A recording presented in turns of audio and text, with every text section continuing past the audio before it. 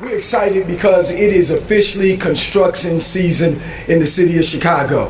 And so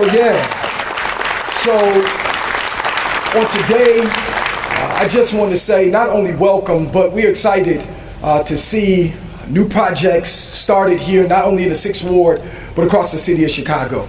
And before I bring up our deputy mayor, who has a vast responsibility of keeping us all together, because as we build better together, for the first time, I believe in Chicago history, the north side and the south side will finally look alike. The west side will finally look like downtown. And we finally get a chance to see neighborhoods other than Beverly look nice. And together means whether it is a war suit like Daryl Smith here in the 6, or someone changing tires, it all is to bring us together. And so in this construction season, what I'm most excited about also is that kids get to see construction workers that look just like them. It's inspirational when you're at the bus stop seeing the person changing the water or sweeping up the street looking just like you. And so not only are young people here today to see examples of what's to come, but this is what a together city looks like. Whether you're moving garbage in the alley, or you're driving a truck, or you're downtown trying to figure it out, we're in this together. And so today I have the honor of bringing a woman who keeps us together, the deputy mayor, great infrastructure projects, and she's leading us together. Could you clap your hands for none other than Deputy Mayor Lori Lipson.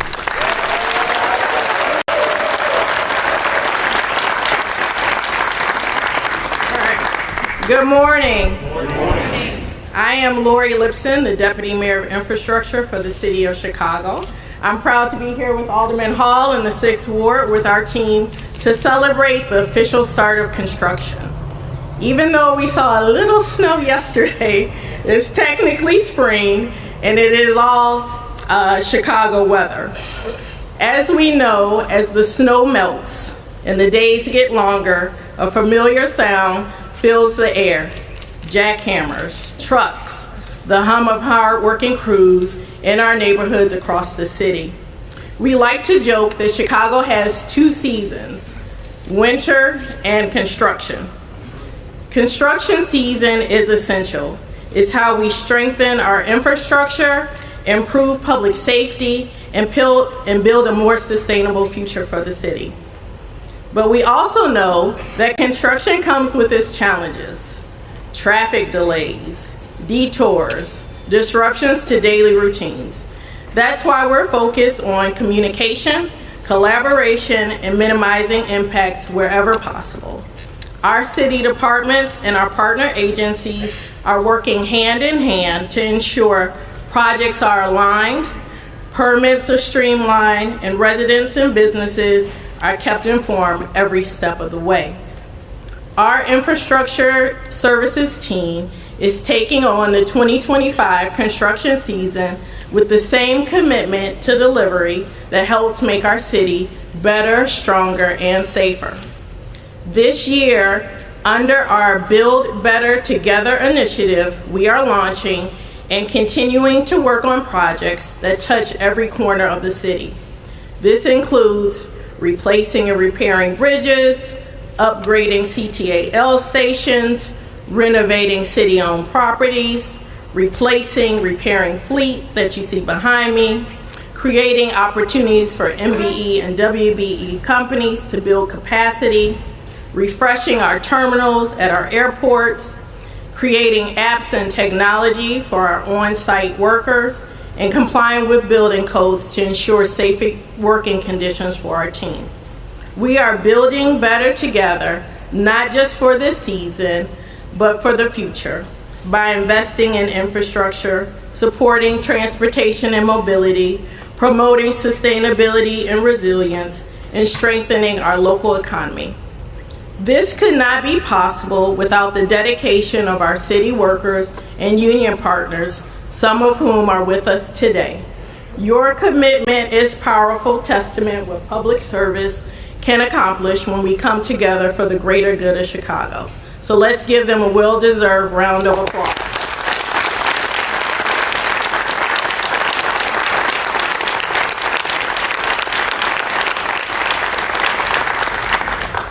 Many of these projects were launched this year and were made possible through the recently passed Capital Improvement General Obligation Bond, funding not only critical for building better infrastructure, but also a source of economic opportunities for our contractors, workers, and communities.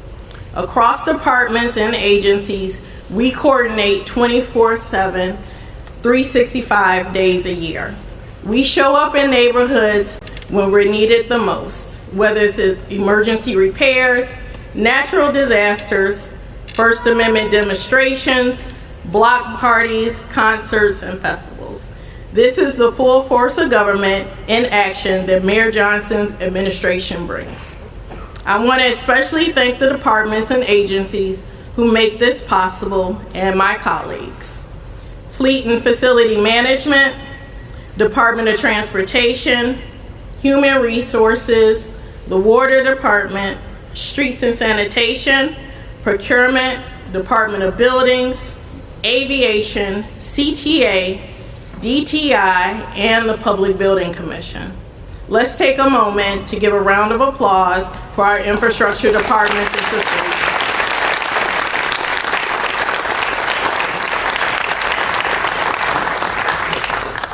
Mayor Johnson's team is the backbone of this city. They are the ones who make sure all of us can build better together and deliver for the people of Chicago.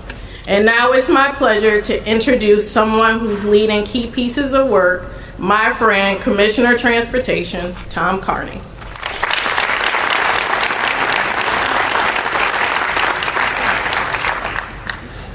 Good morning. Thank you so much, Lori. Good morning, and thank you, Mayor Johnson, for your leadership and partnership as we kick off another transformative construction season in Chicago. I'm Tom Carney, Commissioner of the Chicago Department of Transportation. 2024 was one of the most productive years we've seen at CDOT, and it shows what we can accomplish with sustained investment and strong coordination across city departments and with local communities. In 2024, we resurfaced over 180 miles of streets and alleys, installed over 400 blocks of new residential and arterial street lighting, completed 8 major streetscape projects, reconstructed over 60 blocks of green alleys, delivered pedestrian safety improvements at over 400 intersections, and we completed more than 2,500 sidewalk repairs and installed over 7,000 new ADA sidewalk ramps. These accomplishments reflect our city's commitment to building infrastructure that works for everyone. And they set the stage for an even more impactful 2025. With Mayor Johnson's leadership and the support of the City Council, the Build Better Together Capital Bond provides us with the tools to keep that momentum going. This funding allows us to invest in the everyday infrastructure that keeps Chicago moving: roads, sidewalks, bridges, lighting, ADA ramps, and traffic signals. And it provides the resources to address Mayor Johnson's vision of a connected, equitable, and thriving city. The results of this investment will be visible across all 50 wards. This year, we're planning to resurface more than 180 miles of arterial roads and residential streets, improving pavement conditions block by block. And with every resurfacing project, we're embedding safety and accessibility improvements. That means ADA improvements, upgraded crosswalks, more accessible bus stops, and complete street features that make it safer and easier to get around, whether you're walking, biking, taking transit, or driving. CDOT is also delivering quality of life improvements in every neighborhood, the kind of infrastructure upgrades that directly impact how residents experience their blocks and how they move around our city. We're investing $63 million in street lighting improvements this year, replacing aging light poles, stabilizing wiring, and delivering new lighting on over 300 blocks of residential streets and more than 50 blocks of arterial corridors to make our neighborhoods safer and more welcoming. Our alley reconstruction program continues to grow, with 70 blocks of alley reconstruction planned in partnership with local aldermen to improve drainage and reduce flooding in our alleyways. This year, we will also complete streetscape projects in Bronzeville and Lincoln Square and break ground on new corridors in South Chicago and in Austin, continuing our work to transform neighborhood commercial corridors. These projects don't just rebuild roads, they reimagine public space, bringing new sidewalks, lighting, landscaping, and a sense of community identity that makes these corridors places where people want to spend time. I want to acknowledge the Public Building Commission, led by Ray Gitteroff, who have been great partners with CDOT on several of these programs, including the alley reconstruction and our WPA Streets program, and a range of neighborhood improvement projects. Their partnership is helping us deliver more projects throughout the city. Thank you, Ray, and the PBC. And finally, we're investing heavily in Chicago's bridges and viaducts. We're investing over $400 million in combined federal, state, and local funds to support the rehabilitation and reconstruction of 16 bridges. One of the most significant projects this year is the Chicago-Halstead Bridge and Viaduct project. We will replace the temporary Chicago Avenue Bridge over the river with a new tide arch bridge, complete with a new Riverwalk connection beneath the bridge. We'll fully reconstruct the aging Chicago-Halstead Viaduct, improving structural safety and long-term durability. And we'll modernize this key intersection to prioritize multimodal mobility with pedestrian safety enhancements, physically separated bike lanes, and new dedicated bus lanes.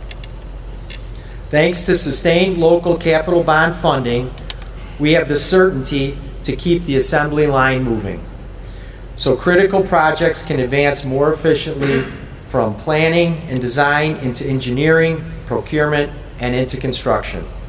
That kind of stability is key to delivering infrastructure improvements at scale that Chicago needs and deserves. In closing, I want to thank all of our union partners, many of whom are here today. Without your efforts to help us bring these for your strong partnership to help and efforts to help bring these projects to life across the city of Chicago. And it's important to note as we start off construction season and get in full swing, I want to remind all the drivers of the importance of safety and slowing down in those work zones and being alert to the flaggers and all our folks who are working out there. We want to make sure that all our workers get home safely each and every day to their families. And lastly, I just want to say, you know, CDOT is going to be out, and we're very visible. We're going to be out on your blocks. But I want everyone to know that it doesn't just happen with CDOT. It's a team of government that we are honored to be a part of that team. And it starts with the local aldermen who we work with, all 50 wards, but I particularly want to acknowledge Alderman Hall, who's very hands-on with the infrastructure in his ward. But we have that partnership with the aldermen and then the other city departments here. 2FM, Streets and Sand, Water Management.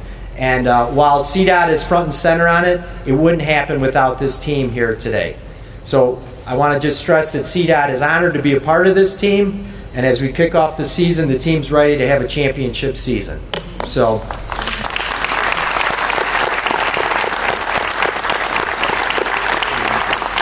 With that, it's my pleasure to introduce Deputy Commissioner John Gallagher of the Chicago Water Department.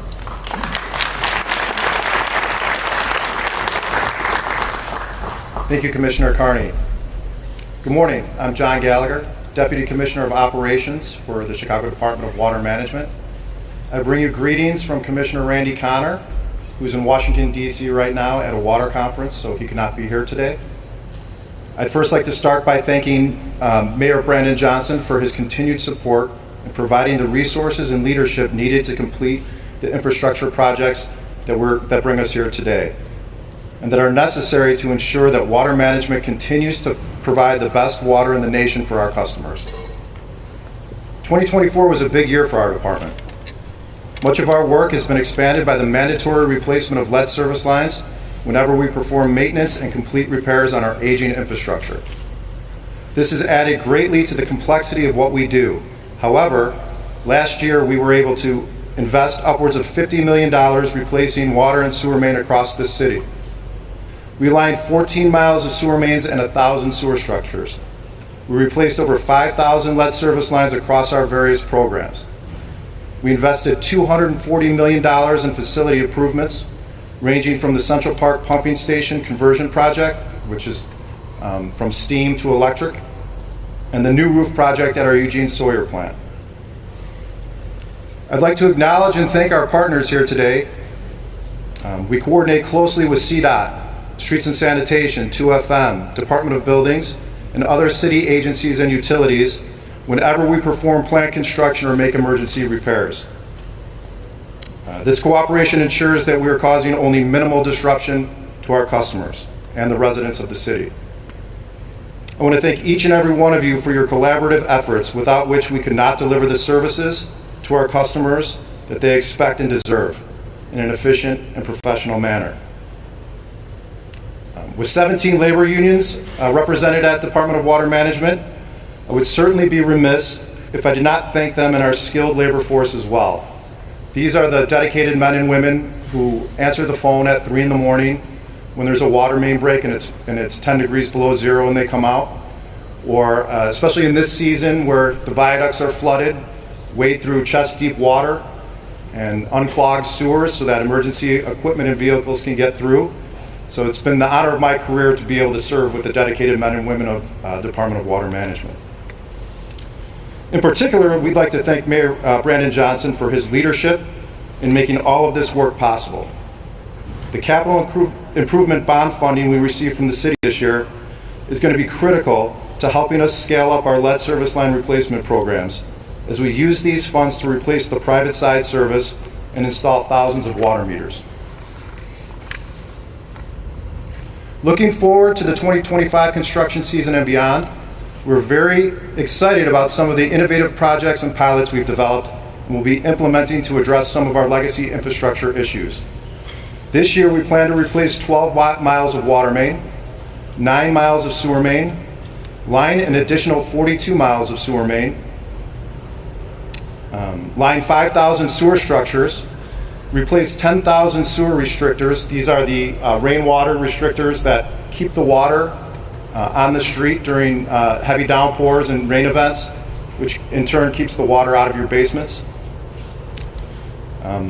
Replace 8,000 lead service lines, break ground on 2 new stormwater sewer projects, and continue the process of upgrading our facilities with over $300 million in improvements to our 2 water treatment plants and 12 pumping stations. We have expanded our lead service line replacement programs with the addition of a block level program that will leverage operational and cost efficiency by replacing a full block of lead services at the same time. We have several projects in the work to tackle flooding. We're planning wing storage programs in areas with persistent flooding, along with our ongoing project to replace stormwater restrictors in many of our 236,000 catch basins. In order to facilitate the continued growth of our department, we've begun a 10-year assessment of our facilities so we can prioritize our capital improvement projects for the next decade.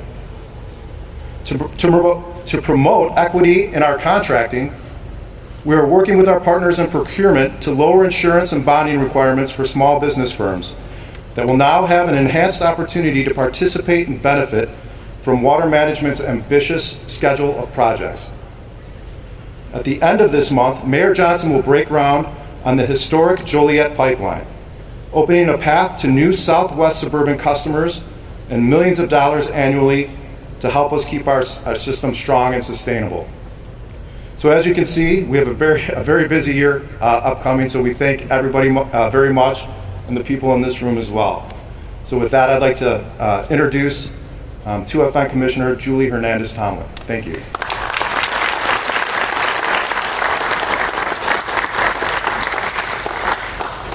Good morning. Thank you, Deputy Commissioner Gallagher. Good morning, everyone.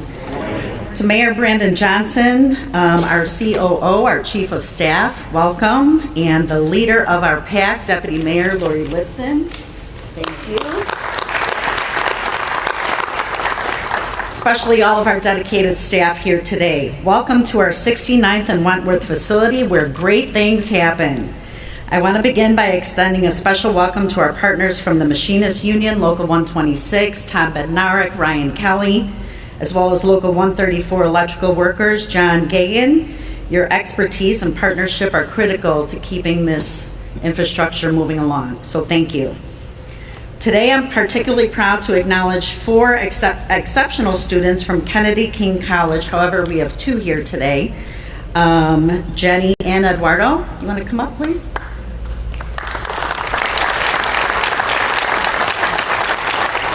So 2FM Fleet, we partner with Kennedy King College. Hello. How are you? Good. Hello. These students represent the future of our workforce and embody Mayor Johnson's commitment to creating meaningful career pathways for Chicago's youth. Through the partnership between 2FM and Kennedy King College, these students have received hands-on experience in the automotive industry, which is invaluable, especially as the demand for skilled workers grow. Together, we are demonstrating the endless possibilities of what happens when education, industry, and public service come together to shape the future of our workforce and build better together. When I was chosen as 2FM Commissioner, I told Mayor Johnson I was going to put 2FM on the map. And that am I going to continue to do, is put 2FM on the map. Having all of you here today is just the start. For those who may be unfamiliar with what we do, we are the backbone of Chicago's operations. 2FM is over 880 staff, but today we're only going to talk about fleet. We're going to focus on fleet. In our fleet staff, we have about 500 workers, 12 garages, and we keep more than 10,000 pieces of equipment operational every day. From snow removal to street sweeping, water system maintenance, road resurfacing, our team ensures the city's critical infrastructure never stops working for Chicagoans. Oh, we can't forget refuse either. Can't forget about that.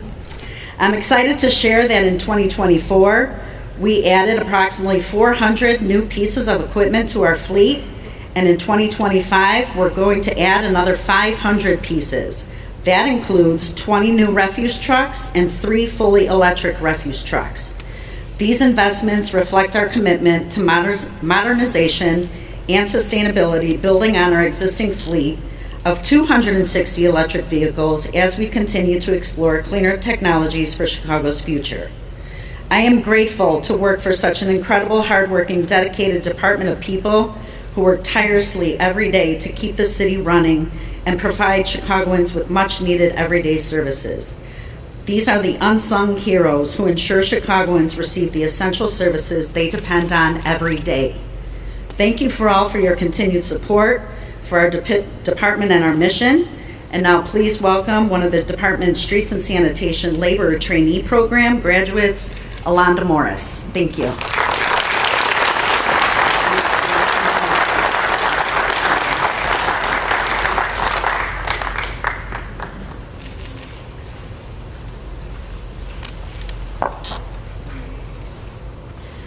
Good morning. My name is Alonda Morris, a 2024 graduate of Gage Park High School and the Department of Street and Sanitation Labor Trainee Program. I am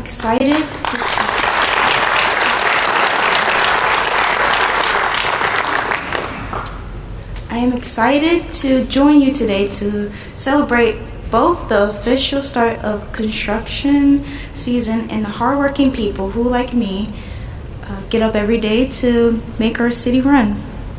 My journey into a career as an manufacturer started when my high school counselor introduced me to an aviation program. That sparked something in me, and after graduating last year, I decided to put myself to the test and join the labor trainee program. I saw the program as an opportunity to build character and skills I needed for my future, and while also being able to help my family financially. As many of you know, there aren't many many women doing this type of work, but that only motivated me more to prove myself what I can do. And trust me, there's nothing like waking up every day before 6 a.m., moving things that weigh over 50 pounds to just prove how much determination and perseverance a person has. This experience has shown me that I can accomplish anything I set my mind to. It showed me that I am a determined and focused young woman, and with the confidence I gained here has prepared me with the skills I need to pursue a future as an aviation mechanic.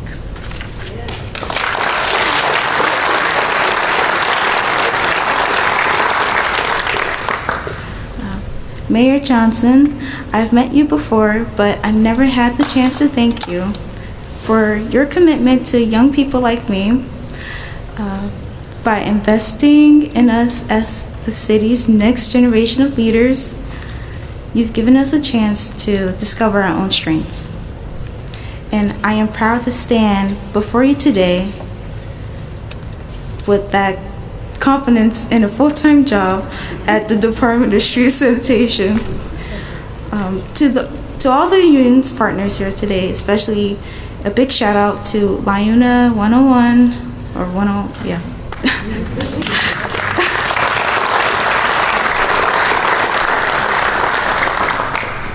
Who worked diligently to ensure the labor training program was created in partnership with the Mayor's Office, Chicago Public Schools, and Department of Street and Sanitation. I ask that you continue this important work with the Mayor. More young people deserve a chance to challenge themselves and grow like I have. And now it's my honor to introduce the man who made this possible, Brandon Johnson.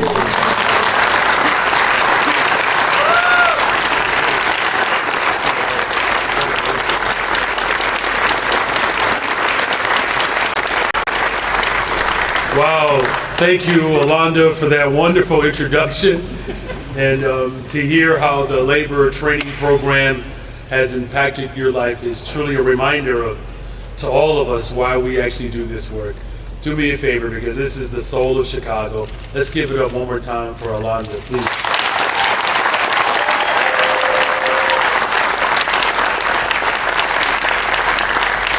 For a minute there, Lori, I thought she said she wants to be the next deputy mayor of infrastructure. So you have some time, though. But really, good morning, everyone. Good morning. I'm thrilled to join us in all of Chicago, and all of the city departments and the partners this morning to officially kick off construction season in Chicago. And just to all the Chicagoans who are going to be upset with all of this infrastructure development, and they're going to be mad at me because of traffic, you're welcome for all of this investment. And I'm going to have you talk to someone else about the traffic problems that we have. But, you know, this is a season, though, that we are doing more than just repairing potholes. This is a time of the year where we get to rebuild our neighborhoods from the ground up. This construction season represents our commitment to using the full force of government to make the transformational investments that our communities desperately deserve. And it is part of our Build Better Together initiative to make economic development as well as infrastructure investments throughout our beloved city. The sidewalks that we rely on, the water and sewer mains beneath our feet, the streets that connect us all, they matter to every single neighborhood, as Alderman Woolhall articulated. And as you have heard from our commissioners this morning, our infrastructure teams are ready to bring the full force of government to all of our communities to address the needs, but also to build better together. Construction season takes each and every department that you see here represented here today to make sure that we have real meaningful investments. And from the well-known partners, as Commissioner Carney has indicated, CDOT, to some of our lesser-known partners, the PBC, the Ray Gitteroff, and the Public Buildings Commission. But it takes partnerships from various departments to invest in all of our neighborhoods. $80 million of project completions in 2024 of the development of new facilities and renovations, existing facilities, and reconstruction of our streets and alleys. And when we pave our streets and replace our water main, we make repairs that improve our residents' quality of life. And importantly, we support jobs, make it possible for businesses to open, and we make our neighborhoods vibrant places where individuals and families can succeed. The workers in our infrastructure departments who lead the critical work of investing in our city represent the diversity of our city. It also represents the grit and the best of who we are as a city. You know, the city of Chicago, we are by far the most resilient and stubborn city. And when Tom was talking about champions, I thought he was referring to our first place Cubs. I know I'm on the south side. I just want to acknowledge. Yeah, I know, like half the room. The fact there's only one Cubs fan here besides me is problematic. But we do have a great deal of grit and stubbornness and resilience, and that's what makes our city so strong. And these city workers represent the people of this city. They represent the labor unions that are standing with us today. And that's why I'm so proud, no matter who's in the White House, the city of Chicago is and will always remain a union town.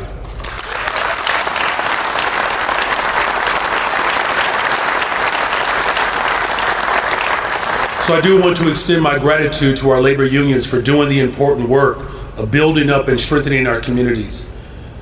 The dedicated workers who keep our city running deserve all the thanks and praise that we are offering today and beyond. They are the backbone that makes Chicago work. They work around the clock. Alana talked about getting up before 6 o'clock in the morning. That's impressive. And so many people rely upon our workers working around the clock. They play such an important role in making sure that our city moves smoothly. And I'm proud to showcase them today and the work that they will continue to do, not just in this season, but beyond. I encourage the residents of Chicago to join me in expressing gratitude to the workers who ultimately make the Build Better Together more than just a slogan, but they make the transformation in our city possible. As I've said, this construction season is a part of our Build Better Together initiative. This initiative ensures that we are collaboratively and effectively utilizing our partnerships and funding vehicles to invest in infrastructure across Chicago. One of those funding vehicles is my administration's $1.25 billion housing economic development bond, which was the largest public investment in community development in Chicago's history. The capital improvement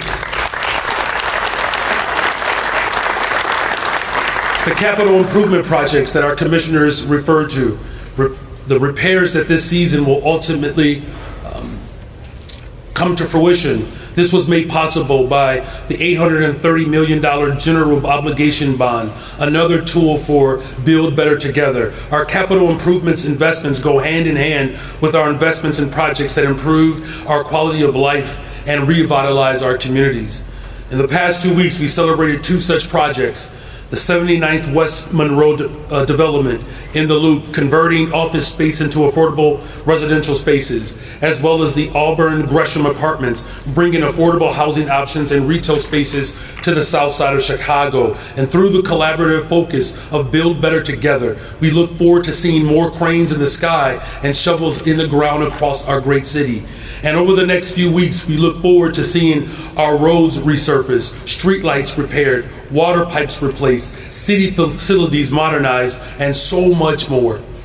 I know that construction season can mean road closures and detours, but I hope our residents know that every inconvenience represents an investment in their community. And know that we are investing in your future. We are investing in affordable housing. We are making it easier for businesses to thrive. We are ensuring that all people can live and prosper in the greatest freaking city in the world, the city of Chicago. And I want to again express my great gratitude to our city commissioners and department workers and unions who are all building up our city in this incredible season. I look forward to the continued partnership as we build better together. Thank you all. God bless you.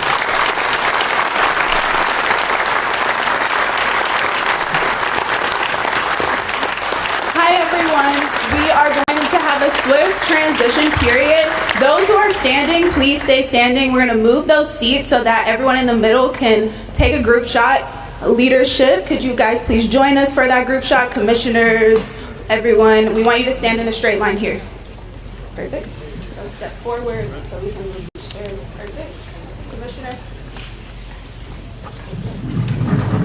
Thank you.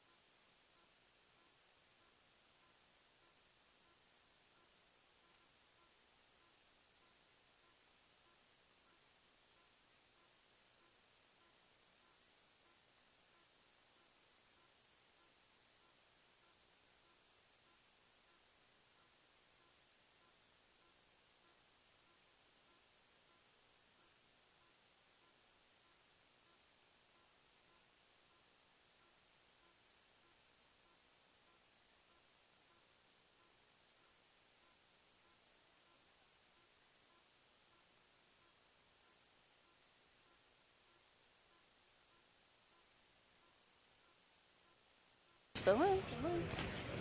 Yeah. No. Just go at the end. One more, Vashon. Just one more, Vashon. Yeah. I thought we had more in the crowd. One more.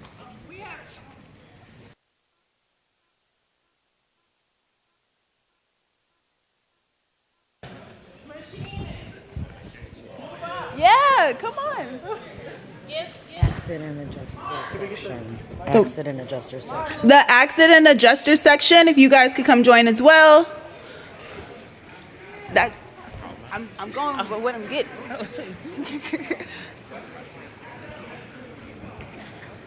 Okay. They didn't want to come. I tried. Okay, we'll get. All right, everybody, right here. 1, 2, 3. Yeah, right behind me. On 3. It's a great shot. I can tell already. 1, 2, 3. And then for our digital team, we're going to have you guys say build better together on 3. 1, 2, 3. Build better together. Can we do it one more time? I need a little bit more energy. Just a little bit more, yeah. So let's say build better together and then...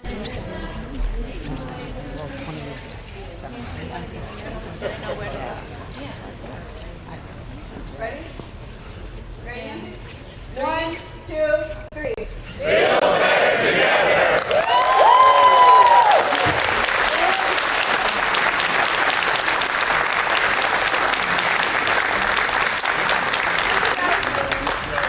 We're going to bring the podium podium back to do the Q&A portion. Everyone else, please feel free to go about your days. Thank you guys for joining us.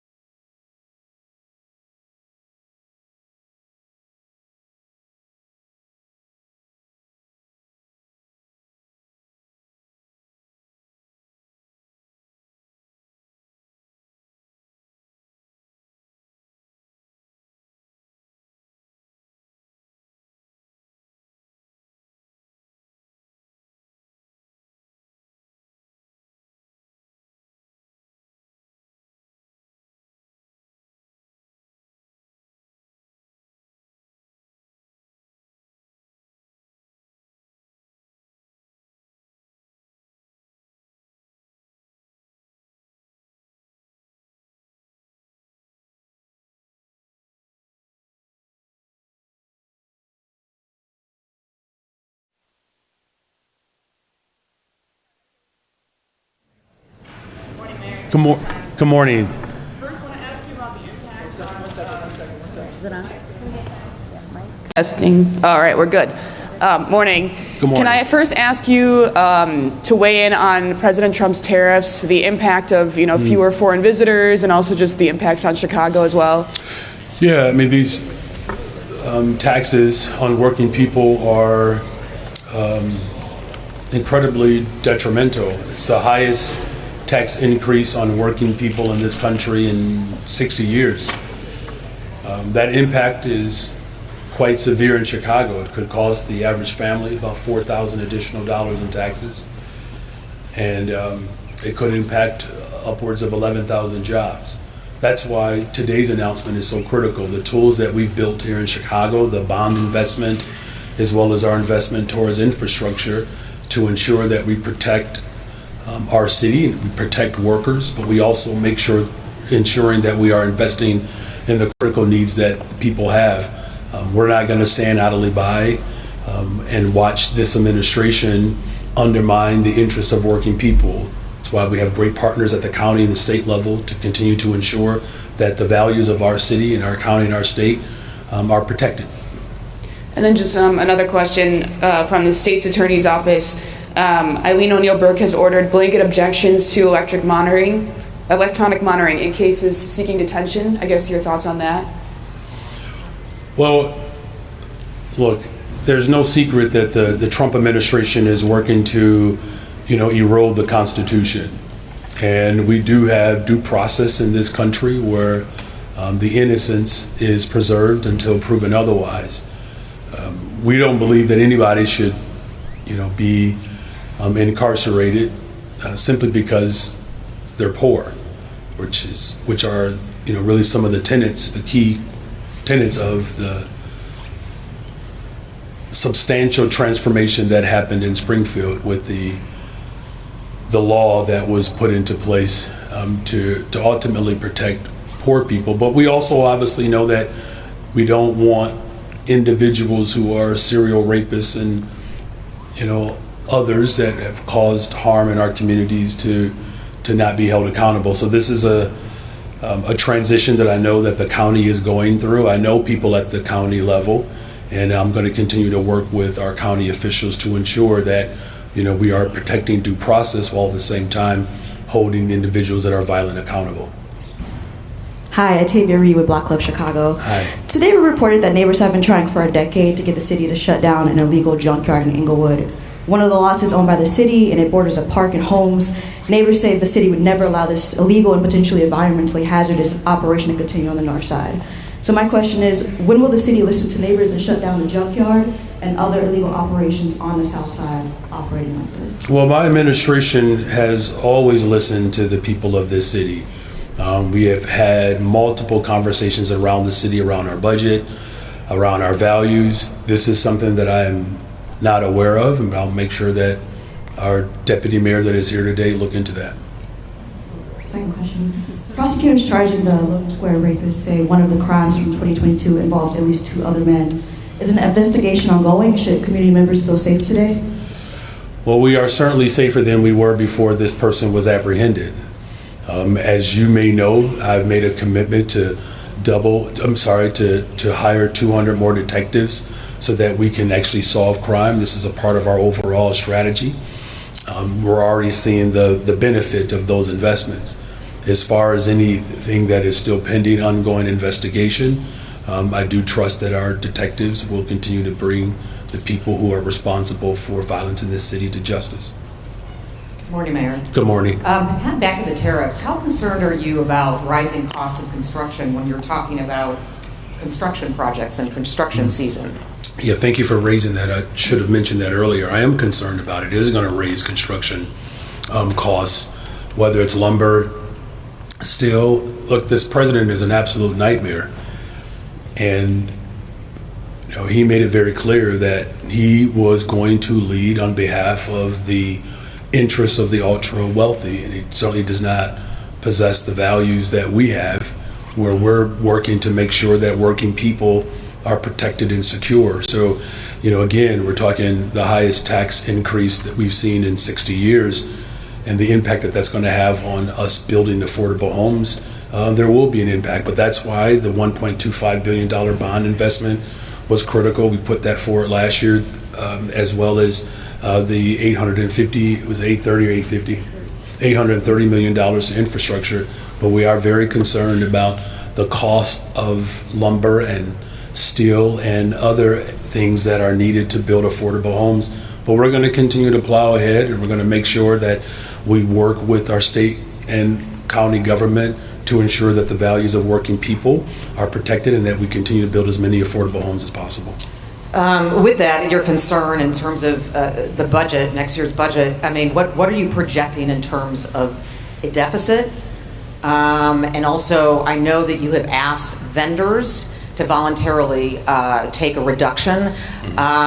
If they don't do that, I mean, are you once again going to turn and look at your city workers, city staff, taking reductions there? I mean, you're clearly going to have to take reductions given what's happening on the federal level. Well, look, we've already projected that, we're talking at least $1 billion. I projected that 2 years ago when I ran for mayor. So we came in knowing that there were going to be these fiscal challenges. It's really about finding more productive ways in which government can be administered, and we'll do that where we can, just like we did in this last year's budget or the current budget that we're living under, but also finding, progressive revenue streams. The conversation cannot start off with cuts. And that's my orientation, right? And so we're going to continue to work collectively and collaboratively with the city council, with the business community, with the state of Illinois, as they deal with their $3.1 billion deficit as well, to ensure that the values of our city are intact. Now, it's going to take all of us to come together to come up with ideas, and we'll be amenable and open to those ideas. But if you're asking vendors to take cuts, why not others take cuts? Well, we have taken cuts. There's a 3% cut across the board, if you remember. 3%, right? That's correct. Everyone, right? So this is not, some special announcement. But what I'm ultimately saying is that the structural damage that I am accountable to respond to, that I inherited, we're going to address it. The pensions, making sure that our workers are protected, make sure that we're continuing to invest in our young people. You clearly see the benefit of these investments. Violent crime is down over 23% this year again. And so there's a clear pathway to building a better, stronger, safer Chicago, and a more inclusive economy. And it can't just be about how we cut services. It has to be about where we can make government more productive and efficient while also finding revenue streams. Thank you for those questions. Mayor, good morning. Hey, good morning. So some of the members of council who we talked with today who received your note this week about trying to begin dialogue on budget say that you are a day late and a dollar short, that they were raising the flag on these kind of costs last fall. They're forecasting not $1 billion, but possibly $3 billion deficits. And they're wondering, what is your opening salvo of where the big cuts need to be? Where will you start? Well, as I said before, the conversation can't start with cuts. I've already answered that. And as far as, people just throwing numbers out there, I don't know where they're getting those numbers from, right? I projected these budget deficits when I was running for mayor. All of you saw my budget plan. All of you did. We said $500 million in year one, which we closed that one, and conservatively $1 billion in the second budget. So this is not a secret. In fact, we knew about it because some of those members who were in city council did not talk about it. I talked about it. And so what this letter is indicating is that we're starting the process a lot earlier. We're more transparent than we've ever been. And the point of all of this is that we come together collectively. This is not about pointing a finger at anyone. This is about how we ultimately build a better, stronger, safer Chicago for the young people that clearly are benefiting from these investments. Understanding you're not going to start with cuts, what would you like to start with? What would I like to cut? Nothing. I mean, why would I want to cut anything? Understanding. I'm just when you say I don't want to start with cuts, what would you like to? Where is the? We have to start with revenue, right? I mean, you have to start with progressive. Thank you for clarifying your question. Start with revenue.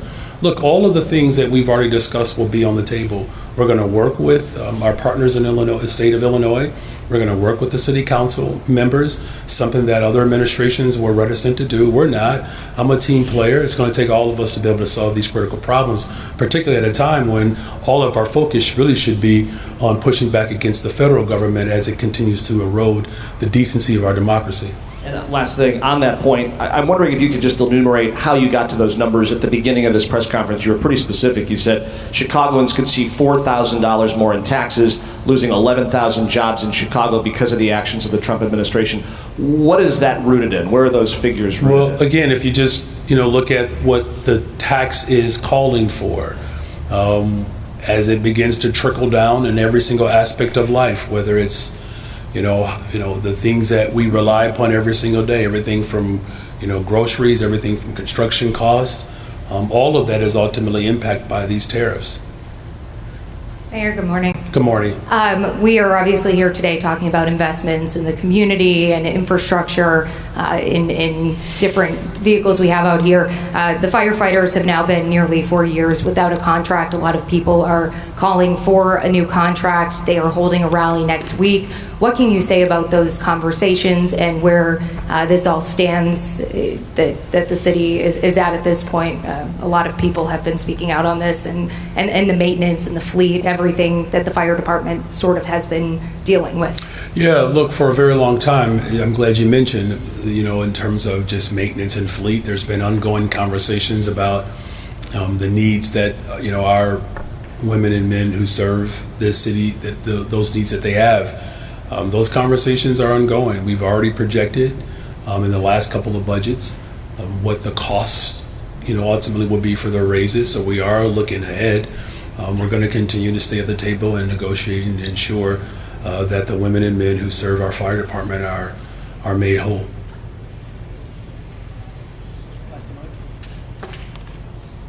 Hey, Mayor. Hey. So on the budget letter you sent yesterday, why was it important to start discussions with aldermen now? Is this a response to the frustrations that we heard about after the last budget process? Well, this is my commitment to co-governance. Look, we've had conversations not just with alders, but we're in regular conversations with the state of Illinois. We have conversations with the community. I think we've organized 6 or 8 conversations just with the community. Here's what I want for the people of Chicago, for everyone to play a part in how we transform this city. Look, I was elected to invest in people. Many people want those investments. And so now we have to have the strategic conversations about what it's going to take to make sure that those investments are secure. Switching beats a bit, there's no doubt that Chicago has long struggled with ethics in politics. What do you think your track record in achieving ethics reform is? What are some highlights? What's the overall tenor of your response? Well, look, you're right. There's no secret that, this government has not been as close to the community as it has needed to be. And that's why I'm very, proud of the fact that we're moving with expediency around what co-governance looks like. One of the things that I'm actually very proud of is the fact that, our equity chief, Carla Coupe, who is working across city departments to ensure that we're distributing services in an equitable way. And we're seeing that in how street and sanitation shows up, the way all of our departments are showing up, the way our Department of Transportation is showing up.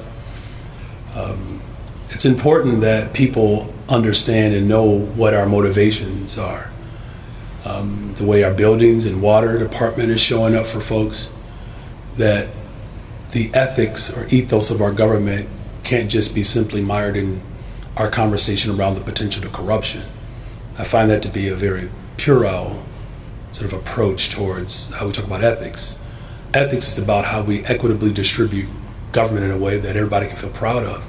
And if you look across this podium, you can see the diversity of our city, our commitment to bringing transformation in neighborhoods. So if you're asking me how I feel, about how we are ethically responding with the full force of government, I feel that we're moving in the right direction. We have a diverse administration, women, black, brown, white, Asian, some folks that are seasoned. We got new folks coming in. As you just heard, we have, an approach towards budgeting that's going to be far more expansive than we've ever had.